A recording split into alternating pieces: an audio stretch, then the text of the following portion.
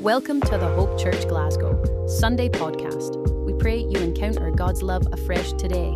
Find out more about us at hopechurchglasgow.org or find us on Facebook and Instagram. Now please enjoy this week's podcast. Good morning, good to see you, and welcome from me. And if I don't know you, an extra special welcome. My name's Mark. I'm one of the leaders here at Hope Church. And this is a very special book to me, this. Like, you can probably tell what it is. It's the Bible. No surprises, we're in church. But this one's particularly special.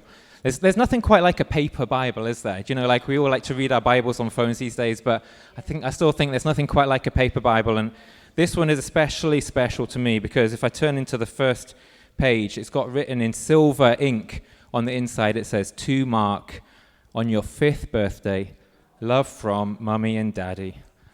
There you go. I could read out the date as well, but then I'm not particularly precious about that, but anyway.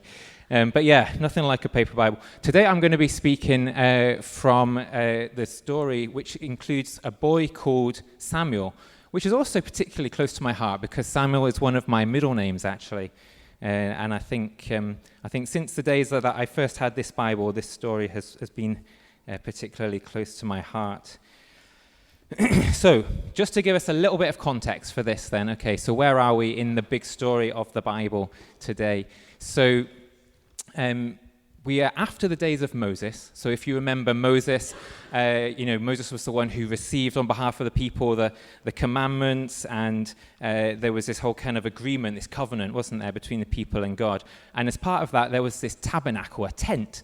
And then later on, which is like after where we're going to be today, we get to like David and Solomon and the temple, which was, that physical building, a special place for God to meet his people. But based on my understanding, I think this is right. At the time of this story, there was a place called Shiloh, which is where essentially that tabernacle, that tent, which had been given through Moses as a special place for meeting with God, was kind of, as it were, parked in this place called Shiloh.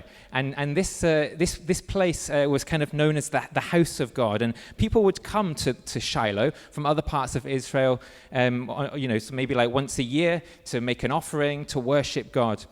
And in this house of God in Shiloh, there was a priest called Eli. And priests were the guys who were kind of a bit like kind of go-betweens between people, the regular people of the day, and God. And there was this guy called Eli who was a priest there. And there's a beautiful scene at the start of the book of Samuel in the Bible with a woman, Hannah. Now, Hannah was really sad because she wasn't able to have children. And she was desperate to be a mum. She wanted to have children. And we see her there, and she's pouring her heart out to God. And Eli, this priest, he ends up coming over and praying for her. And as part of this scene, Hannah says to God, look, if I am able to have a child, I'm going to give this child, I'm going to dedicate this child to God. And then a few months later, she's gone back home. She becomes pregnant. She's delighted, and she's pregnant, and with the child that she's pregnant with is Samuel, right? Okay, so she's pregnant with Samuel, and she thinks, okay, how am I going to honor my kind of commitment to God to dedicate this child to Him? And she says, okay, actually, I'm going to take him back to Eli the priest in Shiloh. I'm going to ask Eli, will you effectively raise this child? Like, can he be like your apprentice, basically, and live in the house of God and grow up in that way? And so that's the context of this story that we're going to read. Now, I've asked a couple of people to help me tell this story. So hopefully Saffron and Jacob, if you could just come up, that would be really helpful. Maybe Saffron, you can go on this side, and Jacob, you come on this side. So here we have, in fact, Samuel and Eli, in case you were wondering, So, okay, let's go into this. So you've got your bits to read in a moment. Okay, so I'm going to jump in. This, if you want to follow along, it's in 1 Samuel, and it's chapter 3, and I'm just going to jump in from the beginning of that chapter. It says, "In those days, when the boy Samuel was serving the Lord under the direction of Eli, there were very few messages from the Lord, and visions from him were quite rare. One night, Eli, who was now almost blind, was sleeping in his own room. Samuel was sleeping in the sanctuary, where the sacred covenant box was. So just a quick comment before we go any further. It's always really interesting in a Bible story to think about why have we been told what we've been told. Like, there's lots of things we could have been told about this night. We could have been told what they were wearing for pajamas. We could have been told, did they remember to brush their teeth that night? We're not told any of that stuff, but we are told some specific things. We're told that there were very few messages from the Lord at that time. And that's the context. So we're kind of being teed up to be like, it's unexpected, it's unusual to hear something from God. And then we're specifically told that Eli was almost blind. Again, it's like this sense of like the senses being dulled or like not working properly, a kind of sense of loneliness and isolation. So that's what we're being kind of given here as a context for this story. Okay, so you're both asleep. Okay, and it says, before dawn, while the lamp was still burning, the Lord called to Samuel. And he ran over to Eli and said, You called me, here I am. I didn't call you. Go back to bed. I don't know if there's any parents here, but, I'm sure a lot of us have had that moment, right? It's like, I definitely didn't ask you to come. Go back to bed. Okay, I think a few of us know that moment. Okay, so Samuel went back to bed, very obedient child. Excellent. The Lord called Samuel again. The boy did not know that it was the Lord because the Lord had never spoken to him before. So he got up and he went to Eli. You called me, here I am. My son, I didn't call you. Go back to bed. Again, solid parenting, reinforcing the message, consistency of approach. I like it. Yeah, very good. Okay. Here we go, verse 8. The Lord called Samuel a third time, so he got up and went to Eli. And he said, You called me, here I am. Go back to bed, and if he calls you again, say, Speak, Lord, your servant is listening. And there you go. I actually missed the line which said that Eli had realized that it was the Lord who was calling the boy. Very important verse. I missed, apologies. But there we go. Okay. Then the Lord came and he stood there as he had stood before, and he said, Samuel, Samuel. And this time, it's not on your paper, but see, can you remember what Eli told you to say? No. What did you say, Eli? Samuel, my boy. No, you need to repeat that line there. Go back to bed, and if he calls you again, say, Speak, Lord, your servant is listening. So what did he say this time? Speak, Lord, your servant is listening. Very good. So you were listening second time. Okay. So, and then the Lord spoke to him. And actually, I'm not going to read the whole of this message. It was actually a pretty terrible message, or a pretty hard message. And it was all about how actually Eli and especially his sons had been doing some awful things, actually. And God was not at all happy with that. And there was going to be consequences around that.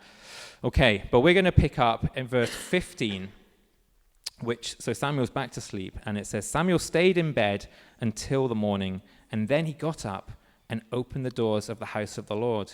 He was afraid to tell Eli about the vision. Well, he would be because of what it was. Yeah, okay. But then what did Eli do? He said, Samuel, my boy. Yes, sir. What did the Lord tell you? Don't keep anything from me. And then it says, Samuel told him everything, and he didn't keep anything back. And after hearing it, Eli said, He is the Lord. He will do whatever seems best to you. Yeah, thank you. Thanks, guys. Okay, you can take your seats. Thanks, guys.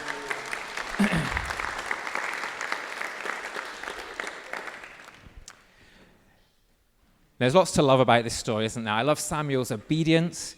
I love the upside-down nature of the fact that, Eli was the priest. He was the one who we might expect to hear a message from God. But it was actually Samuel who ends up hearing. But this morning, I want us to think just about a couple of things about Eli and what his role in this story was.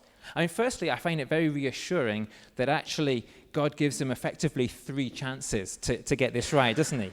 And, we don't actually know what would have happened if he didn't, figure out on the 3rd time. The way the story is put together, it kind of gives you the idea that God would have just kept on going, and there would have been 4, 5, 6, 7 times until they finally understand what's going on. But, what did Eli do? He actually, when he spoke to Samuel in the night on that third time, he prepared Samuel for an expectation of hearing God. You see, he ultimately trusted that if God wanted to speak to this boy, Samuel, then he could and he would. And, he could have been like, actually, what I'm going to do is next time, Samuel, that God's speaking, I'm going to come and listen for you. Or I'm going to actually go and camp out in your room with you so that when this happens, I'll be there. And then I'll be able to hear what God's saying. And I'll be able to, help you figure it out. But, he actually trusted God, didn't he? And he trusted Samuel, that could be an interaction that was going to be possible and that Samuel would be able to hear what God had to say. Now, we don't actually know really, do we, what happened in verse 8 when the bit I missed out reading, the very important bit in the center, really, where it says Eli realized that it was the Lord calling the boy. What did that look like? How did Eli suddenly figure out that this was God speaking to Samuel? It doesn't tell us, but I love the fact that he wasn't just annoyed with this boy the third time he's come in the night. Like, he could have just got really angry and annoyed. Like, I've told you twice already. Like, how many times do I need to tell you? But he was still able to somehow be receptive and listen in that moment. It is as if something clicked inside him, as if we might even say God spoke to him. Have you ever thought about that? The fact that in the center of this story about God speaking to Samuel, it feels very much to me like there's this moment of God speaking to Eli. But then Eli has a choice in how he responds, and he chooses to lean into faith and the risk, actually, of raising Samuel's expectations. And then I also love how Eli interacted with Samuel the morning after. Like, Samuel had this kind of difficult message, actually, to bring, but Eli doesn't let him get off the hook, does he? He's like, Samuel, tell me what you've heard. I want to know. And the response isn't cynical. There's not sort of unbelief in there. Let me just read that. He says his response is actually simply to say, he is the Lord. He will do whatever seems best to him. And I kind of just hear in that this sense that he wants to hear God through Samuel.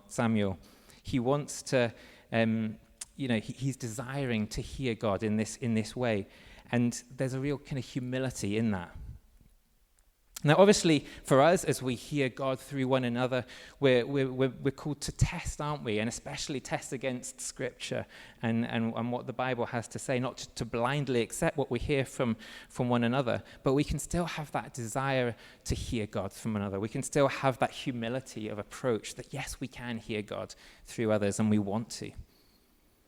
And so, although this isn't really a story about Eli hearing God, actually, maybe he was very much acting like a priest in this story because he was enabling a connection between God and people, wasn't he? He was actually enabling Samuel to hear God and doing such a good job. So what about today? Are we living in a world of very few messages from the Lord?